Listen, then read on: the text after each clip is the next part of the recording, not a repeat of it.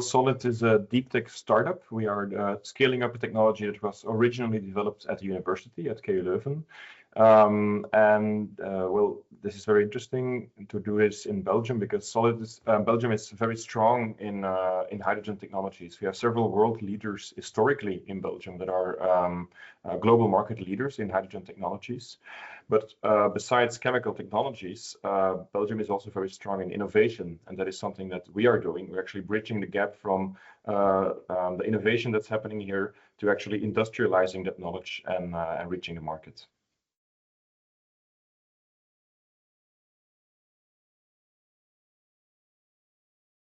Well, first of all, hydrogen is already a huge market, right? It's a 200 billion euro market, more or less, worldwide, and it's already been growing for about 100 years.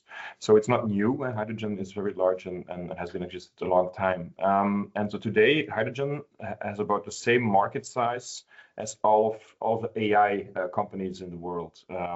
So it gives you an idea about the market size of hydrogen already today. Also in terms of emissions, gray hydrogen, so fossil hydrogen, is responsible for the same amount of emissions as all of the aviation in the world. So it's a very important sector, both in terms of market value and emissions. Now, the future, of course, is green hydrogen. I'm very much convinced of that because I've seen the transition from fossil as the default option to wind and solar during my lifetime.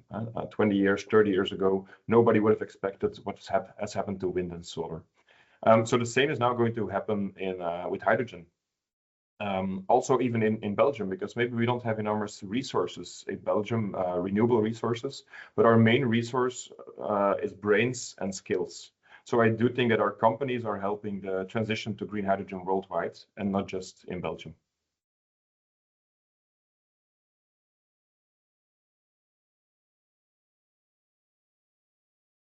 Well, just like many scale-up companies in all sectors, we often fall between two chairs. On the one hand, we are already too mature to be considered R&D, but we're also too small to be considered a full-scale industrial solution.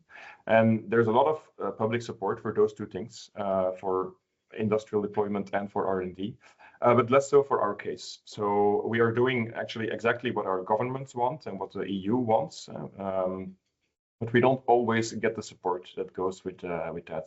So we think that's very important, and the EU is trying to do that more and more, is really supporting its emerging leaders.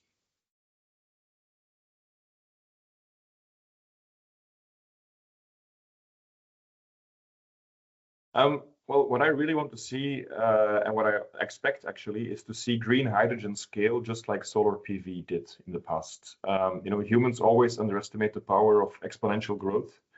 But of course, the key is to get it started. Green hydrogen can solve about 10 to 20% of global emissions.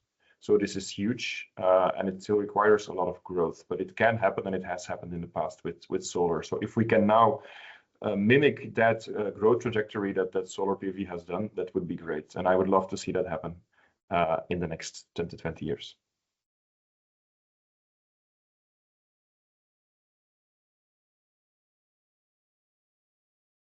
Well, a lot has been said and written about hydrogen in the past 5 or 10 years. There have been claims that hydrogen would take over the world, which was exaggerated in the past, and of course is not materializing right now. At the same time, other people are claiming that there is no role for hydrogen whatsoever. And I think both extremes are maybe not very objective, rather opinions, I would say.